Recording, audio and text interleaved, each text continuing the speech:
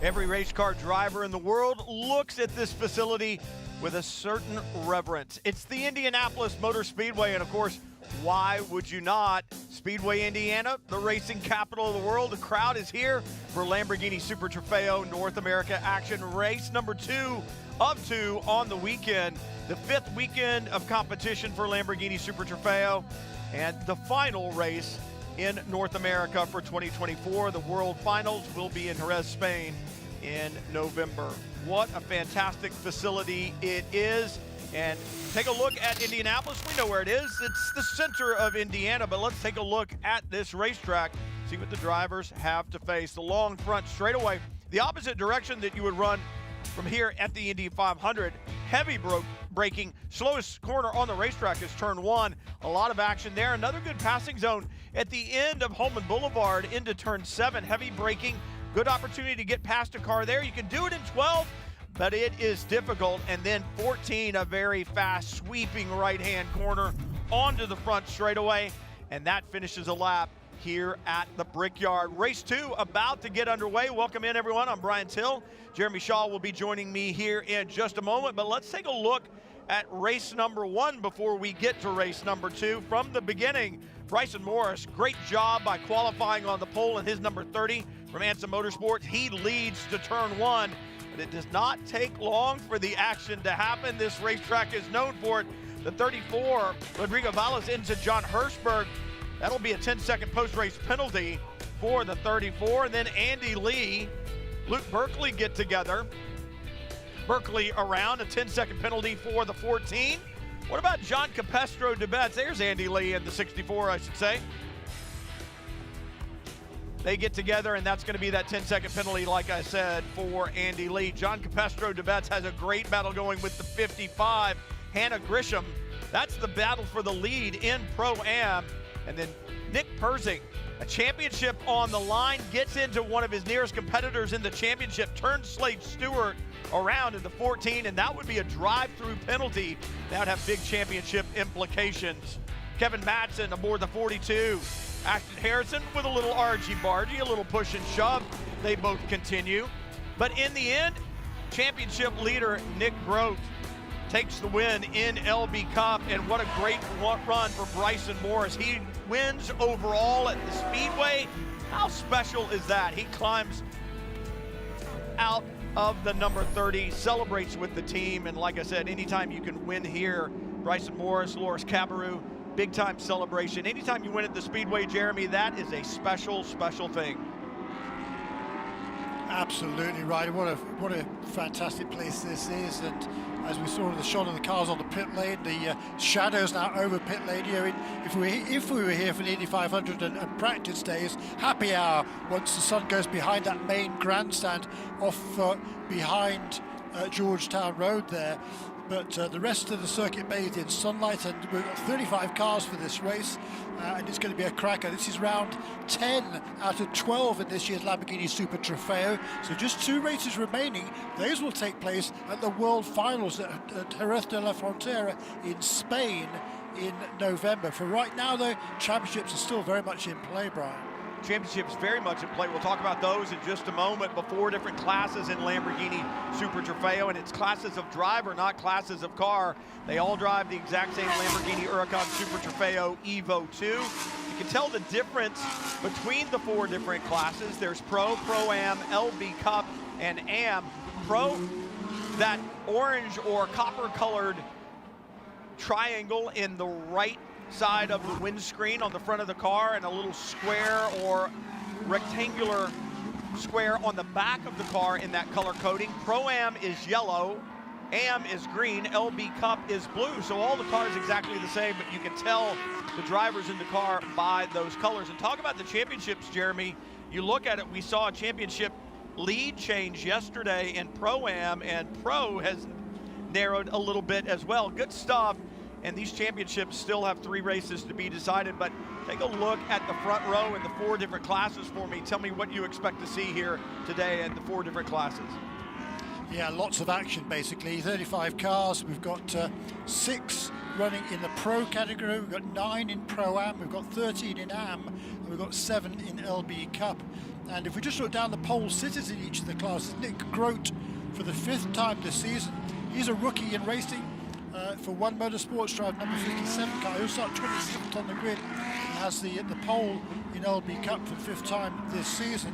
In Am, Glenn McGee for the 9th time as the pole position in the class. He will start 10th overall in car number 69 for Wayne Taylor Racing with Andretti. The Pro pole sitter, he's actually going to start 2nd. That's Jake Walker. First time he's had the Pro pole. He will start in car number 77 for 47 Motorsports on the outside of the front row, because his teammate Joel Miller in car number 66 will start for the overall pole. It's Joel's 2nd Pro-Am pole, but his 1st overall pole in the Lamborghini Super Trofeo. So a feather in his cap for sure. And this is going to be, we saw plenty of excitement in yesterday's race. It was clean and green all the way through the 50 minutes. Can we do that same again today, Brian? What do you think? I don't know, Jeremy. This racetrack and with this number of cars will make it difficult. It's exciting. The championship's still wide open. We actually saw a change in the lead in the Pro-Am championship yesterday as AJ Moss and Joel Miller took over the point there, but only by 2 points. A lot of hard racing yet to come through turn 14. Front row lined up. You look at Joel Miller aboard the 66, kind of that olive green Lamborghini Huracan, driver's right, waiting to get into the start zone, waiting for the green flag. Then you got to remain column formation until you cross the start-finish line. That is not happening behind Joel Miller. We are racing in Lamborghini Super Trofeo North America at Indy. But I'm sure the officials are going to take a look at that start. Miller with a good jump leads to turn 1. Indeed so, and it was Jake Miller who started on the, Jake Walker who started on the outside of the front row, and he quite clearly moved across there, and I'd be surprised that wasn't the penalty for that number 77 car, so that's exactly what he doesn't need to start this race. A good start, however, from Ernie Francis. He had a great charge yesterday, and I think up in the 2nd position at the first corner for TR3 Racing in car number 88, and that of course would be the Pro lead, and he is currently leading the Pro Championship by just 8 points over the number 1 car. Super aggressive driving already into turn 7. I mean, that was wild. Drivers pushing others off the side of the racetrack down to towards turn 7. That was the 63, I believe, the pink and black number 63 that had a little bit to do with it. So, I mean, just some super competitive action very early on. Yeah, but a good start there by Joel Miller. I think it is, who is going to lead at the end of the first lap with Ernie Francis right behind him. And I think that, maybe it's Jake Walker holding on to 3rd position, just ahead of Ryan Norman in car number 1 as they stream across the line to complete the first racing lap. Because the clock has started at the end of the first pace lap, but the race started at the end of that first completed lap behind the safety car. Field trying to sort themselves out, and what you've got to keep track of, Jeremy, is who you're racing with, right? We're watching some intense AM action headed into turn 1 right now, but you need to know whether you're racing with someone in your class or not. Maybe you take a little bit more risk if you are, because you're racing for position, but if you realize that it's someone out of class, how much are you willing to risk to get there? Things settling down a little bit now as we head down into turn 7, and there's a little class-on-class action as you see the 22 trying to work their way forward, and one of those deals where you really have to kind of measure up who you're racing with. Scott Huffaker aboard the 22 right now, trying to put pressure on the 72, Patrick Liddy in the green Lamborghini. Yeah, and it was a good start by Patrick Liddy, because he made a couple of positions on that opening lap. He went from 7th on the grid to 5th, 2nd in the Pro-Am class. You kind of grab the positions when you can, but you've got to be careful. And speaking of being careful, third car in the shot, I should say, the black and blue number 8 through turn 14 onto the front straightaway right now. That's Nick Persing, and the reason why I say be careful, saw Nick Persing yesterday, contact with Slade Stewart, served a drive-through penalty, and that ruined their race. And not only did it ruin their race, it affected their championship run as well, because with that penalty, they finished further back in the pack, and they slipped from first to second in the championship, now 2 points behind A.J. Muss and Joel Miller. And don't forget, Joel Miller has started on the pole and runs up front. Indeed so. It was a costly mistake there by Nick Purser yesterday, so he's got to make sure he doesn't do the same again. And his first 4 cars just break away just a little bit from Patrick Liddy in the 5th position. But nothing to choose between those leaders at the moment. Joel Miller holds on to that lead for the 47 Motorsports team. All of the cars in this race, by the way, represent a Lamborghini dealership, and it's a Philadelphia dealership between represented by the lead car. Here's a look at a replay of that start of the race, and maybe Miller might even have moved a little bit, but certainly Jake Walker tucked right across behind Joel Miller, and that's a no-no. That's certainly going to be something that race control will look at very, very closely. Well, they've looked at it and they've decided it is indeed a penalty, and I agree with you, Jeremy. I'm kind of like, okay, well, who moved? Obviously, a bunch of cars moved. I think Joel Miller is fortunate enough to kind of get away with one there, because it looked to me like he moved left as they came across the line. So race control has looked at it, and there will be a 10-second post-race penalty for Jake Walker for that start infraction. So they'll get that information to him right now, and now you've got to race with that in your mind. Okay, what can we do to mitigate that? There's a mandatory pit stop for all of the competitors here, and it's a different time pit stop. It's not as fast as you can get it done. There is a minimum time, 112 seconds for a 2-driver format, 115 seconds for a 1-driver format. But you've got to think in your mind right now, if you're Jake Walker, I've got to find 10 seconds on my nearest competitor if I want to maintain the position that I'm in. 10 seconds is hard to find in Lamborghini. Yeah, it's tough, particularly because he's driving solo in this race, and that's a factor because you have the choice to run either one driver in a car or split it between 2 different drivers. Every car has to make a mandatory pit stop during this race. I'll get back to that in a moment. A little bump, a little push and shove. You see the number 9, Ty Hoffman, behind the wheel of that entry, and then that was into the 55. Hannah Grisham. Remember, Grisham and Keon Tandon won in the Pro-Am category in race 1 of the weekend. A stellar drive by that duo. Tandon, Pro-Am champion in 2023, but this was Hannah Grisham's first time out in a Lamborghini Super Trofeo North America Championship event yesterday, and what a great job she did. She's been improving her racecraft over the last couple of years in different series, and it is really showing here this weekend, especially climbing aboard one of these Lamborghini Huracans. It is a very different car than what she's used to driving in the GT4 category. Yeah, super impressive she was yesterday, that's for sure. As is Joel Miller right now, and Jake Walker not yet served that penalty.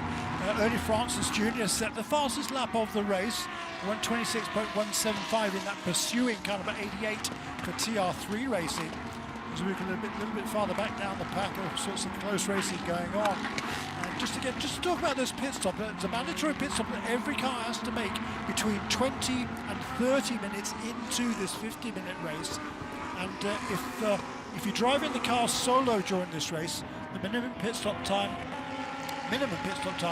is 115 seconds.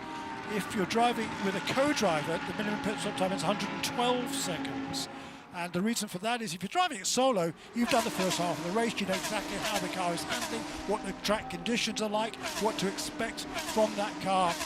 Once you restart the race, where there's somebody hopping in halfway through the race, it's going to take them a little while to get up to speed to see whether there are any changes in either the track or the car compared to the last time they drove it. So that explains why there's that three-second differential. And for single driver cars such as Jake Walker in 3rd position overall right now, that could be problematic, irrespective of the fact you've got a 10-second penalty as well.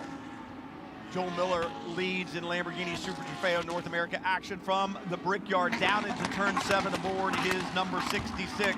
Right behind him, the 88, Ernie Francis. And while this is a battle for the overall lead, they each lead their class. So again, you must be careful about how hard you're going to race a car that is not in your class. Joel Miller leads overall in the 66. and in the Pro-Am category. Ernie Francis leading in the Pro category, but right behind Francis, he wants to get by Miller. He's got Walker behind him, but I'm sure Ernie Francis knows that Jake Walker is going to get a penalty. But interestingly enough, I mean, Walker, he doesn't have to serve a penalty. Remember, it's going to be a 10-second time penalty at the end of the race. He is doing everything he can to stay there, and if you're Ernie Francis, you got to think, how hard do I race a car that more than likely isn't going to get a 10-second advantage on me? I'm certainly not going to risk my car because I know he's going to be penalized at the end of the race. So a lot of games being played right now. I think the best thing you can do, Jeremy, is just focus forward and drive your car the way that you would if you were trying to win this race. That's what you're trying to do, right? Don't get too wrapped up in the details. That's exactly right. Here's more battling farther back down at Sam Shee in car number 98. I think losing a position there to the number 17 car. I think that might have been behind him, Cole Kleck. I'm not quite sure who that was, to be honest. But you're right. I mean, you have to focus on your battles here. For Ernie Francis Jr., he's running in second position overall, but he's leading the pro category, and that is what is important for that number 88 car for TR3 Racing. They lead the points by 8 coming into this race over the number 1 car that is a couple of positions behind him at the moment. So that's the gap that they want to extend as much as they can going into the final 2 rounds of the championship in Spain. A couple of shortcuts at turn 1 under review from the beginning of the race, and a problem for the 45 on pit road right now. The official standing there looking, that's Rob Walker aboard his Precision Performance Motorsports Lamborghini Palm Beach entry. And the dealer is so involved in Lamborghini Super Trofeo North America. You'll see a Lamborghini dealership represented on the side of every one of these Huracan Super Trofeo EVO2s. Great way for the dealers to get involved in motorsports and also tout the heritage and history of the Lamborghini brand. We recognize it as a supercar, and certainly it is, and get these dealers excited and get their customers excited about the performance capabilities of the Lamborghini brand. One of the reasons that Lamborghini Super Trofeo North America is so interesting to car enthusiasts here, and really Lamborghini Super Trofeo in all its forms, the different series that run around the globe. Yeah, I mean, there's 3 regional championships for Lamborghini Super Trofeo. There's one in Asia, there's one in Europe, and they all get together for that World Finals, which takes place at different racetrack around the world in different years. This year it is in Jerez in Spain, and all of the top contenders from here will be going there. I mean, there'll be a better part of 100 cars probably at that World Finals. That's going to be something that would be very, very cool to be a part of. But right now, at this lead of this race, it's still Joel Miller who leads the race for 47 Motorsports. He'll be sharing that car with the former Olympic snowboarder AJ Muss. Right now, they lead the Pro-Am class. The next best Pro-Am car is Patrick Liddy, who's actually slipped back a few positions lately. He's now down into 8th place in car number 72. And he's only about a second ahead of Tyler Hoffman in car number 9, who's moved his way forward a few positions. So here is another battle here. That's Slade Stewart battling alongside with the number 12 car of Anthony Bullock. Slade Stewart is running in Pro-Am. Anthony Bullock is running in Am. But they're having a good scrap there, a little bit farther down the field. So used to seeing the 14 of Slade Stewart run towards the front. They did not have a good race yesterday, got beat up, pushed around, and now being shown back in the 8th position. They went into Circuit of the Americas, the last stop for Lamborghini Super Trofeo North America, as championship leaders, and had an absolutely dismal weekend there. Came back with a good performance yesterday in qualifying, didn't end up with the results they wanted, and most importantly, AJ Muss and Joel Miller did have a great weekend, and so the 14 still sits in 3rd in the championship, but by my calculations, Jeremy, only 1 point ahead of Jerome Leakamole. That's exactly right. Well, it's actually 2 now because Joel Miller got the pole for this race. That is worth a championship point, and it all could come down to those championship points. So he's already earned 1 point from today's race as Joel Miller in that number 66 car runs out front at the moment. that was close. A little replay there of the action coming through turns 5 and 6, and big save there on the part of the 12. Great job of getting that car under control and keeping it. That was Bullock who got it sorted out, but barely, and that looks big from outside the car, Jeremy, but I can only imagine how big it looked from inside the car. Yeah, that was a pretty good save, wasn't it? And look, the first two now begin to stretch away just a little bit from the third position car of Jake Walker, who he's still got that 10-second penalty hanging over his head. But as you say, he's not going to have to come into the pits to serve it. It'll just be added to his race time. If you add it to his race time now, it would drop him outside of the top 10 overall. So it's going to be a costly miscue whichever way you look at it. But we saw yesterday and during practice that tyre wear was a problem here. The drivers really had to look after their hand-cut rubber to make sure it's in good shape for the second half of the race. They will make mandatory pit stops, but there's no tyre changes allowed during those pit stops. So it's going to be the same set of tyres that last all the way through this 50-minute race, and they're working really hard out there right now. Talk about someone working really hard, the number one, the bright red number one. Wayne Taylor racing with Andretti. Ryan Norman behind the wheel, third car in the serial headed into turn 1. They desperately want to get past Jake Walker, and they know that he has that 10-second penalty. He's going to finish behind them, but they need to get past him if they want to close down on the rear wing of the 88 of Ernie Francis. They need to be as close to the 88 as they can, and by the race's end, they need to be in front of them if they want to close ground to the 88 in the championship. It's one of those deals where Danny Vermael and Ryan Norman had been so strong over the last 4 races, but a little bit of a setback yesterday, and most importantly, Francis and Torino able to finish in front of Vermael and Norman, so it extended their championship lead just a little bit. One needs to get back in front of the 88 if they want to have a shot at this championship. A problem for the 24 Telltale Smoke out of the back of that Lamborghini.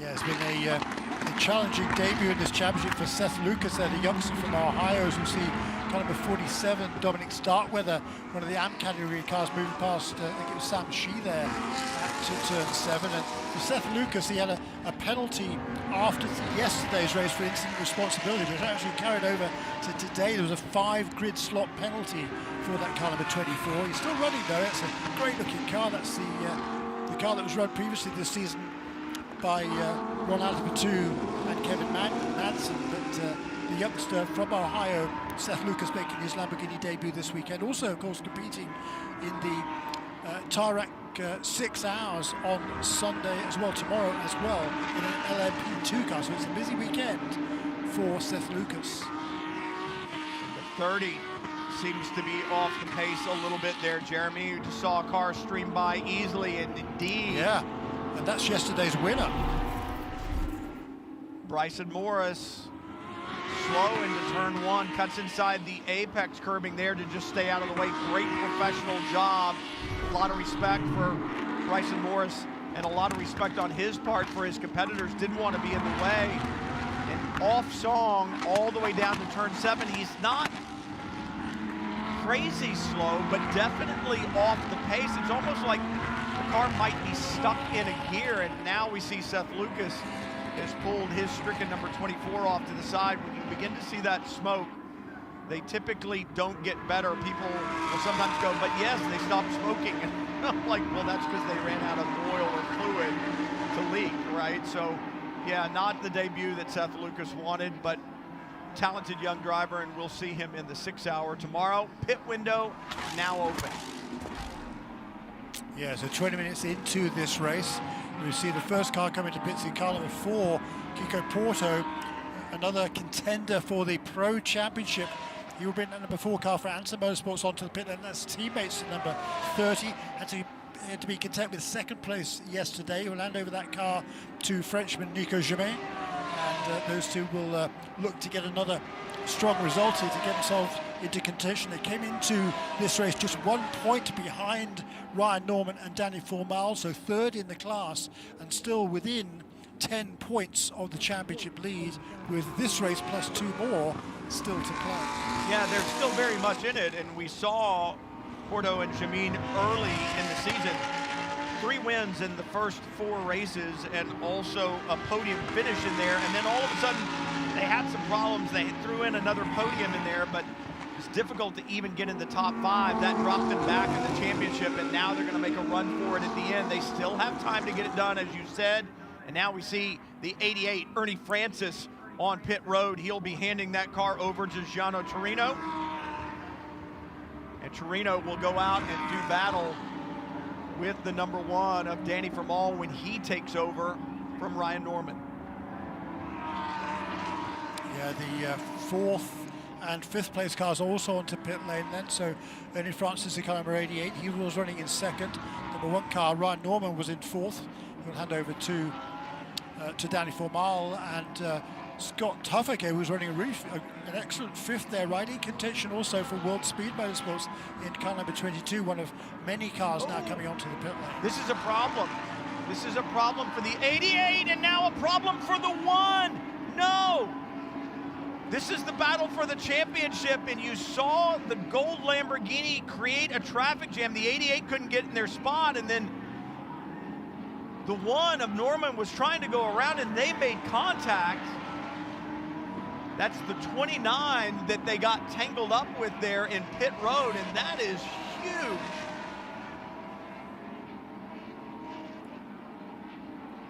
The question is there damage on the right side of the 1? Is there damage to the left side of the 29? Take a look again.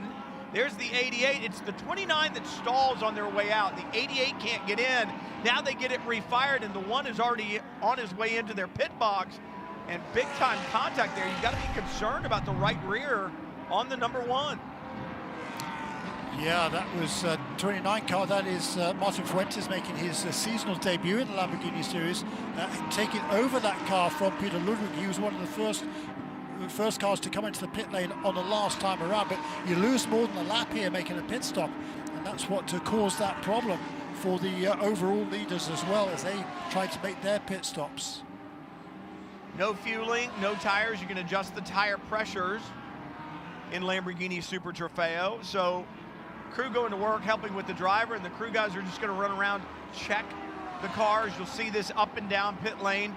Those tire pressure adjustments are key. These hand-cooked tires, just like any race tire, are going to get warm. The pressures are going to build when they're out there in that first stint. So the crew will drop the pressures a little bit, get them back into a preferred kind of pressure range, and now the 25 with a problem leaving pit lane.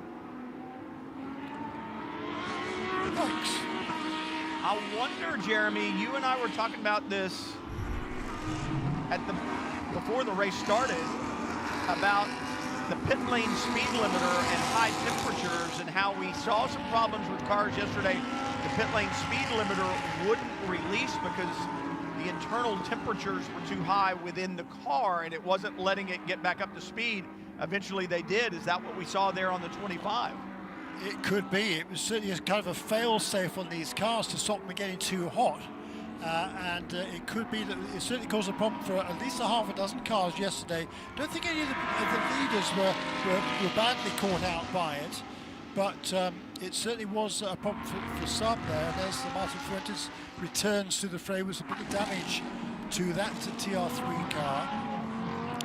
But, oh, crikey, this is all rather flawed, isn't it? Patrick Lydia stayed out there, so he will continue to lead this race in car number 72. He's yet to make his first pit stop, as is the number 9 car, Tyler Hoffman. So 2 Pro-Am cars, also the Am of Kevin Madsen in car number 42. He stays out as well,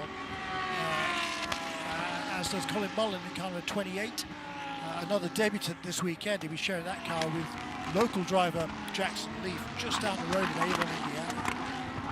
Jackson Lee with a good run in Michelin Pilot Challenge earlier today, and now we'll step into a very different car when he climbs aboard this Lamborghini. But good stuff all around the racetrack. You saw the 1 get sideways, is trying to get in the throttle, get 620 plus horsepower down to the ground through those hand-cooked tires. and just gets it saved. Danny Vermeil, obviously with massive experience in these cars.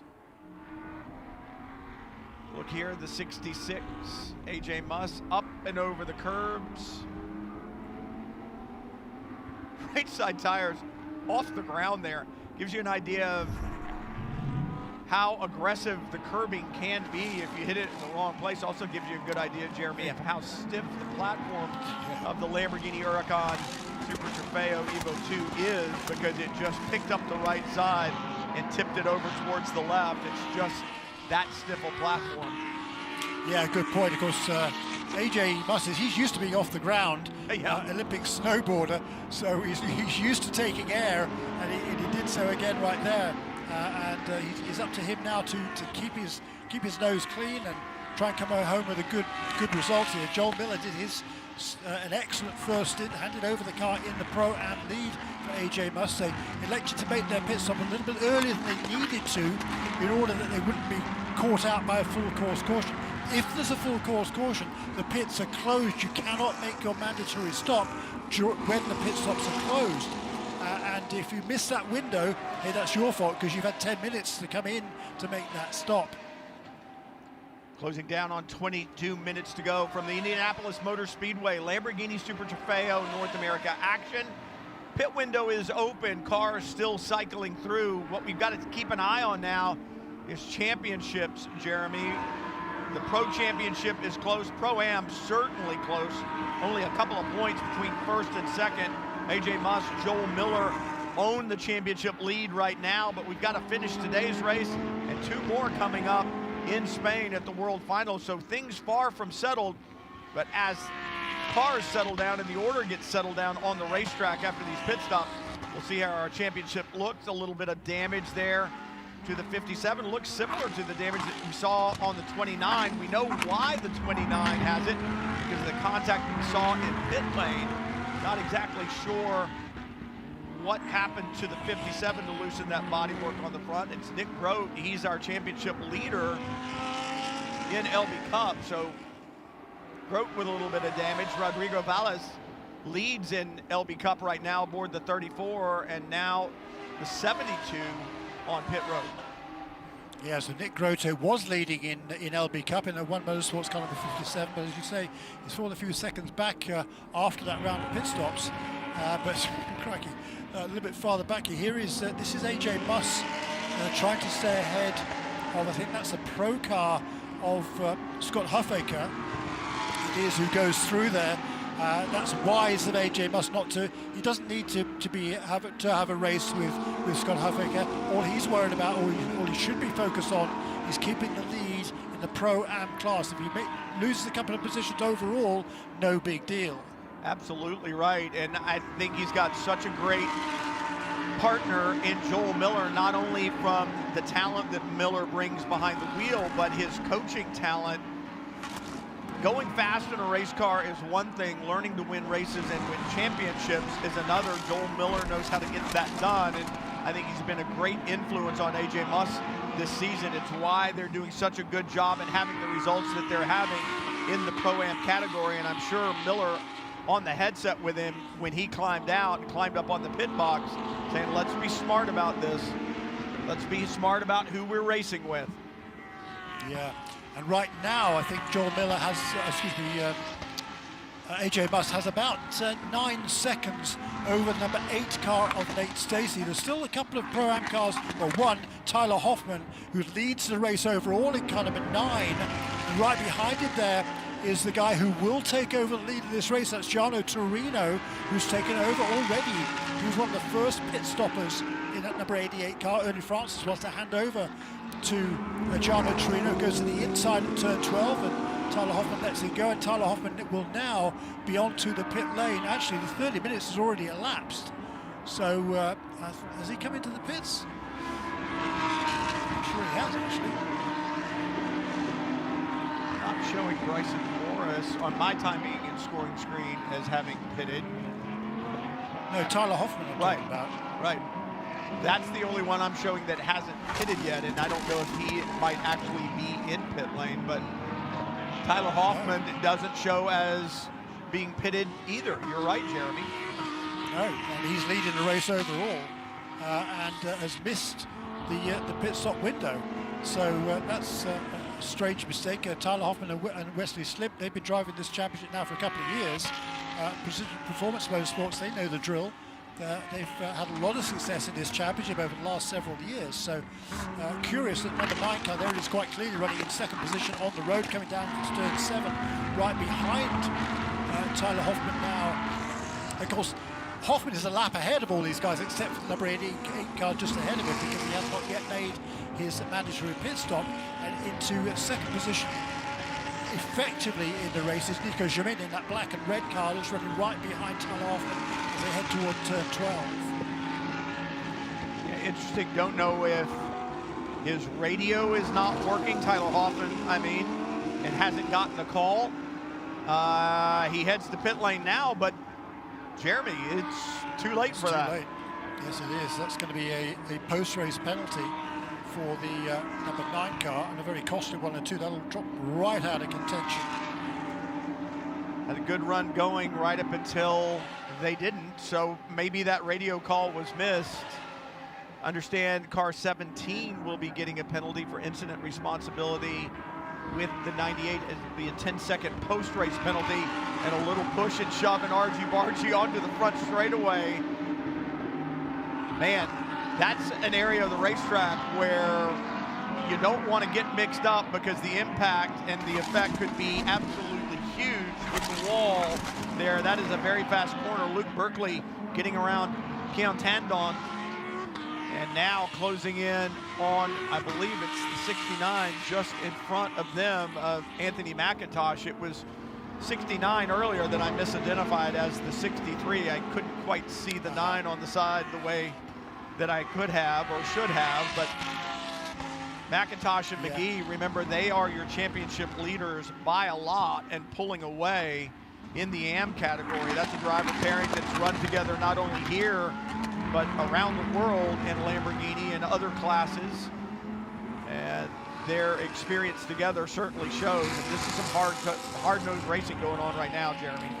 It is, and Anthony McIntosh there in that number 69 car, running 10th position overall, first in the AM class again here, to looking to extend his championship lead after Glenn McGee ran comfortably inside the top 10 all the way through his stint, handed over the car to McIntosh, who's continuing that good work. He's got a couple of Pro-Am cars behind him. Luke Berkeley in that number 64 car he shares with Garrett Adams.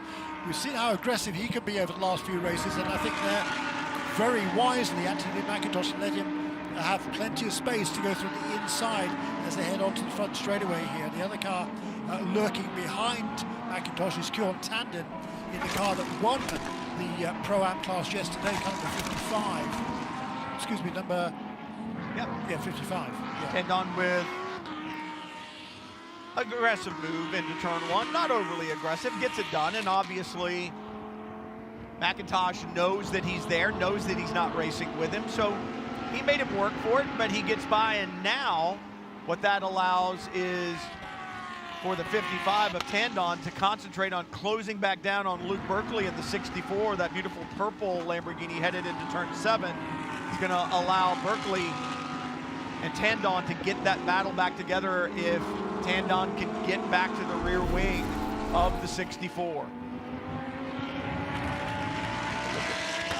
Action on the racetrack there. Oh, almost, man.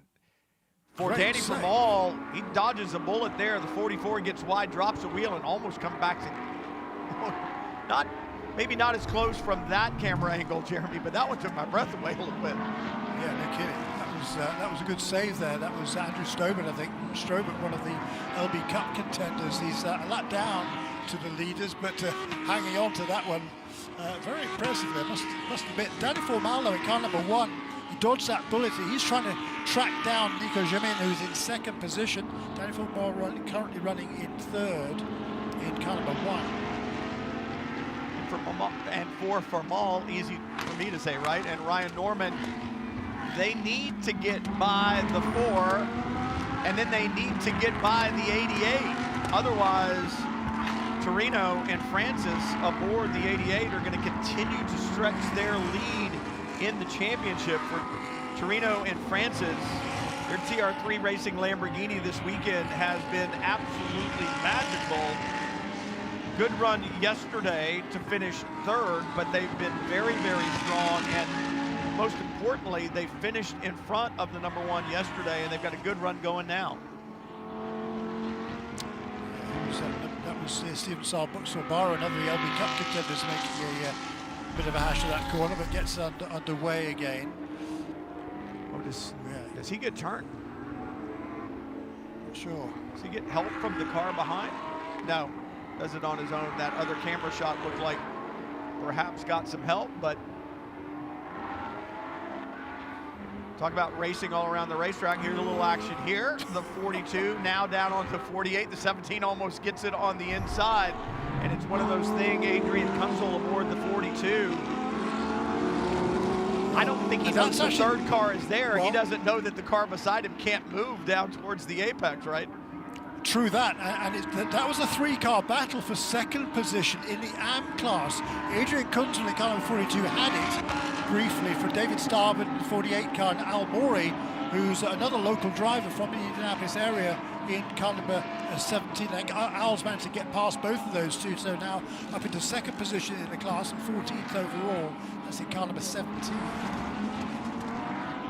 Down into turn 1, you see Adrian Kunzel go.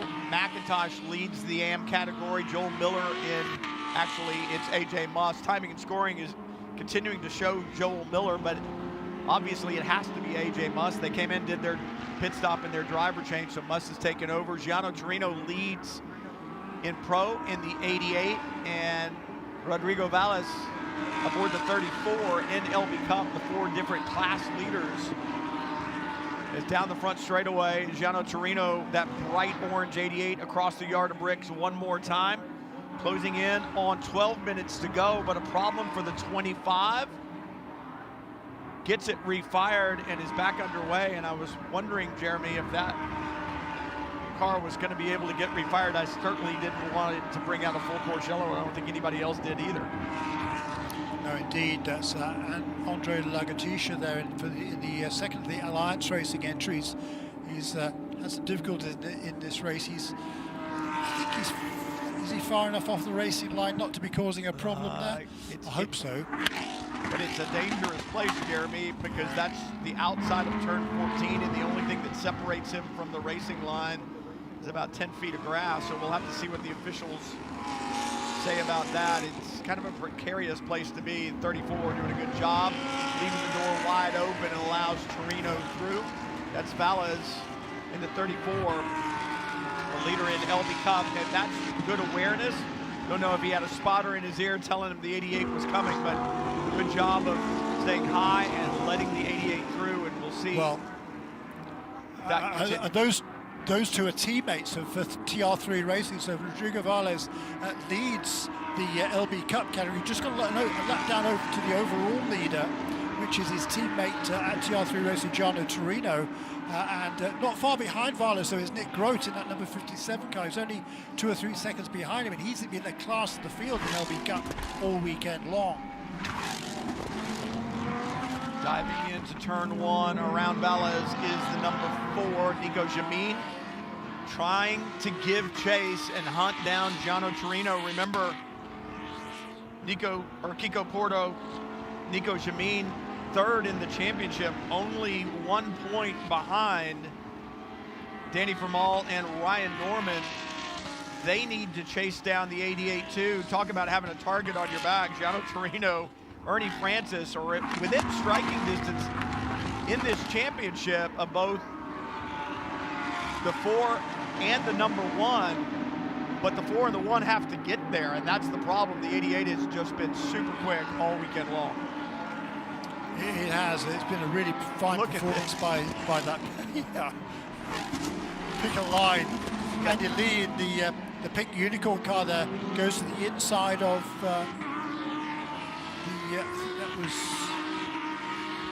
number 47 car, Dominic Starkweather, who is running in the 4th position in the AM category, and came into the points. Came into this race second in points to car number 69 that continues to lead in the AMP class with Anthony McIntosh, the wheel of number 69 at the moment still.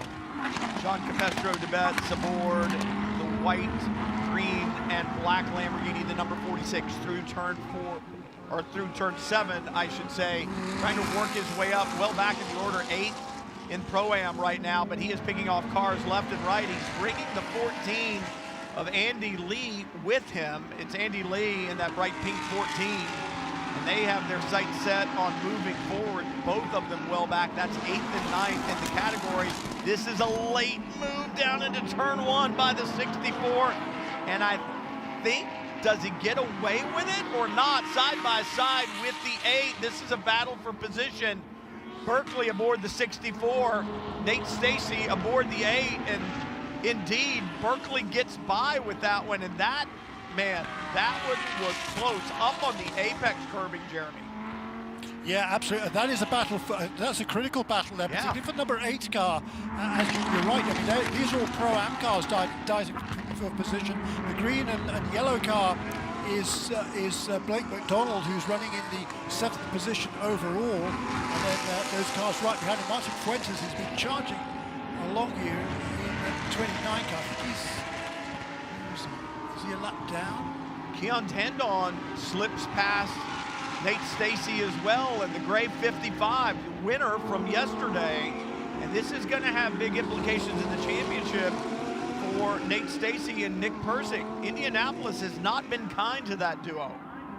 True that, and another interesting note here, by the way, number 9 car, remember that's the car that stayed out longer than everybody else, handed over to Wesley Slim, and was running as high as 7th overall after the round of pit stops, but he has been assessed a penalty, a drive-through penalty for pitting outside of the pit window, so that'll drop the number 9 car, as we suspected, way down the order.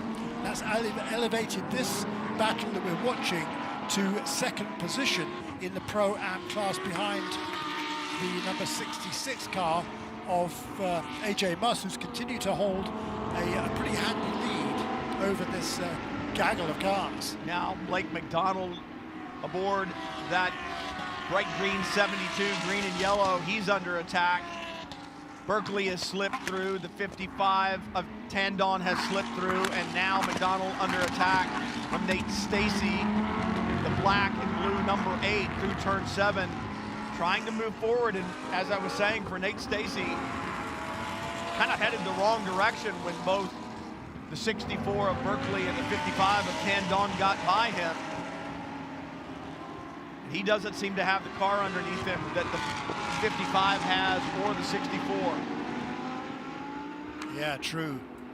Of course, they're a good bit more experienced in these cars. Certainly, Keon Tandon, he's another youngster. He's just he made his racing debut was in one of these cars a couple of years ago, and he's certainly been a bit of a star in them. He's had some really fine performances, including that win yesterday in the Pro-Am class with Hannah Grisham. He's just 21 years of age, is Keon, but he drives like a guy who has a lot more experience than he actually does. Anthony McIntosh in the black and pink and blue, 69 down into turn 1. Inside the 72 of McDonald. That is not for position in class. 2 different classes there. McIntosh leading the AM category. McDonald 5th right now in Pro-Am.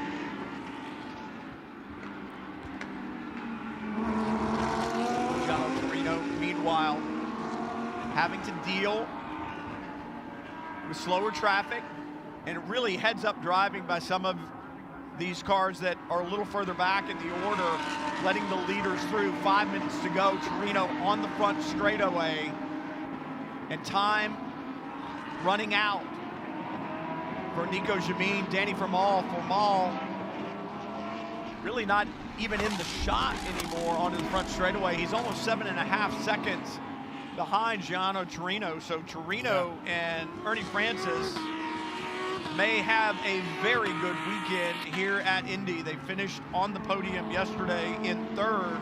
Have a great run going here today. Out in front right now, the 88 in the hands of Torino. What will Nico Jameen have to say about this? 2.5 seconds. Is there any way that he can get that, Jeremy? Perhaps using traffic. He's going to have to get past another slower car to even get to Gianno Torino. Catching him is one thing, getting by him is another. The gap between those top two positions, the number 88 car, number 4, it's been pretty constant now for most of this stint. As we see somebody else there getting back on track, I think that might be there's number 44 car again. He's had all sorts of problems during this race. He's had a penalty and just running off. Oops, did he get together with that other car? Possibly. Not sure. No, looks like it's all by himself. That high shot down there shows the distance between the two cars. So, yeah. But back to that, the battle for the lead. The top two cars, they've been separated by just over 2 seconds all the way through this stint. The number 88 car, who started off by Ernie Francis, he shadowed Joel Miller through the opening stint. He was the first of the leaders to come onto pit lane, handed over to Gianno Torino, who turned some really good laps. And by the time everybody else had made their pit stops, that number 88 car was in the lead, which it still holds right now, and holding that gap to second place. And Danny Formal, surprisingly, he's won 20 races in this championship, second only to Richard Antonucci's 21. So still looking to match that record. Danny Formal, he's falling back in third position. That gap from second to third is increasing lap by lap. That was really interesting watching Gianno Torino. He's not held back at all. He was all over the apex curve there and won, and then down in to turn 7, he had Subaru in LB Cup that he'd gotten around in a really heads-up maneuver by Gianno Torino, I believe, Jeremy. He saw the 94 right behind into the braking zone and was like, you know what, he's closer than I really want him to be. So he kind of stepped to the middle of the racetrack to make sure that if the 94 had any kind of a problem in the brake zone, he wasn't going to get into the back of him, and just did a real good job of kind of separating himself from Subaru. And Subaru looked like he was kind of feeling racy a little bit, right? And for Gianno Torino, he was like, I don't need that at all. Torino passed the line one more time, and it looks like he's going to have to do 2 more laps here at the Indianapolis Motor Speedway before he can add a win at the Brickyard to his resume. Can he get it done?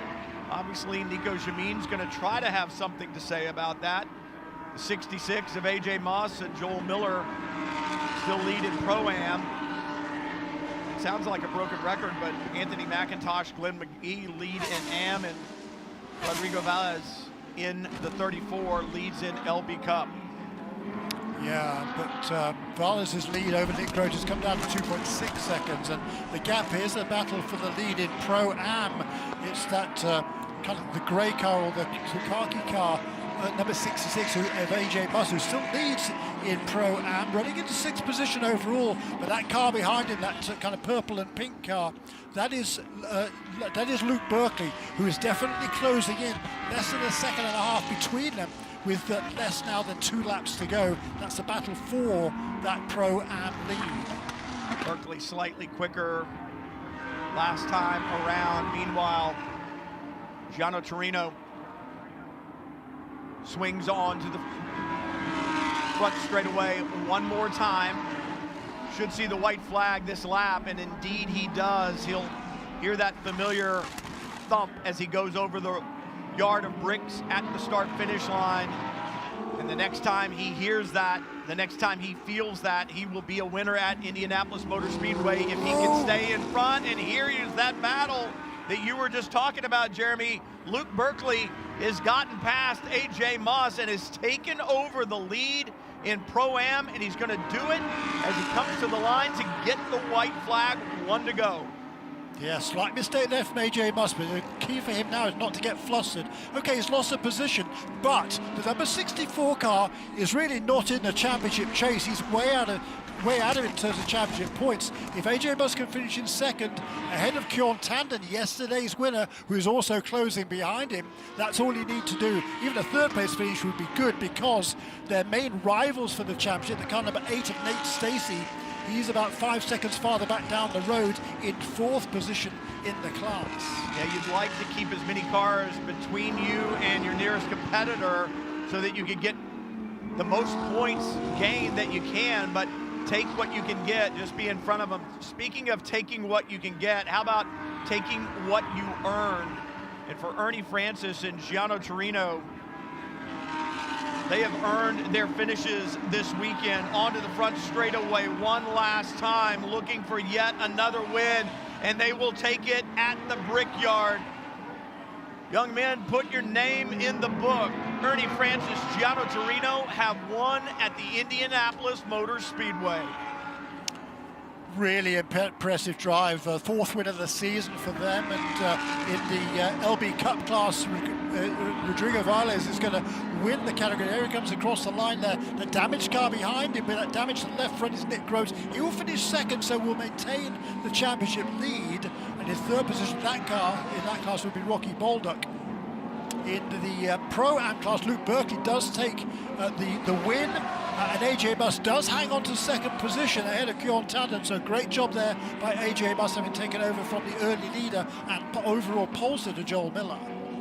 See the 69 as well, Anthony McIntosh, Glenn McGee maintain their stranglehold on the AM Drivers' Championship. That is their fifth win of the season, and they have been nearly unstoppable over the last 4 or 5 races. But for Gianno Torino, Ernie Francis, this will be big time celebration. They're going to look at this championship and realize that they've been able to gain another 5 points on Danny Vermael and Ryan Norman, and another couple of points, another 3 points on Nico Jamina and Kiko Porto. So doing what they need to do to try to extend that championship as much as they possibly can. There's a look at your unofficial results. What stories do you see, Jeremy? Yeah, wins again then in the Pro-Am class for Luke Berkeley and Garrett Adams, their first win of the season in the Pro-Am class. Also another win there for Anthony McIntosh and Glenn McGee, 10th position overall to win the AM class. Look through the second page, that's where you'll find your LB Cup winners. Actually not, they're a little bit further down the order than that, but good runs going for some of these other drivers. John Capestro, DeBetz, Tom Capizzi, they tried to work their way up. The thing that's surprising to me is they're in 14th, the 14th of John Capet or Andy Lee and Slade Stewart. That's not what they wanted to see. There's our LB Cup winner, Rodrigo Valles. He's going to celebrate. And like I said, Jeremy, anytime you can win at the Indianapolis Motor Speedway and put your name on a list of winners here, that's a pretty special thing. It certainly is, and the third win out of 4 races for Rodrigo Valles. So he's keeping the pressure on Nick Grote in the battle for the LB Cup Championship. 115 points unofficially for Nick Grote, 104 for Rodrigo Valles going into the final race of the season. Anthony McIntosh and Glenn McGee extend their lead in the AM category. In the Pro-Am class now, with the second place finish today and the pole position, Joel Miller and AJ Buss, who took the lead yesterday, will now have a 6-point lead unofficially over Nate Stacey and Nick Persing, who finished 4th today in the overall championship, or the Pro Championship. Ernie Francis Jr. and Gianno Torino, the 4th win of the season, that extends their lead now. 12-point edge over Nico Jumin and Kiko Porto, who finished second for the second time this weekend, and will move 1 point ahead now of Danny Formal and Ryan Norman. See Gianno Torino climbing out and celebrating with his team yet another victory. And we still have a long way to go. Last race for Lamborghini Super Trofeo North America here in the States. We'll go to the World Finals November 15th through 17th at the Jerez circuit in Spain. You can catch all the action there live via the Squadra Corsa YouTube channel. So follow this championship all the way to the end. Jeremy Shaw and I will do it. We hope you do as well. We'll see you next year here in North America for Lamborghini Super Trofeo.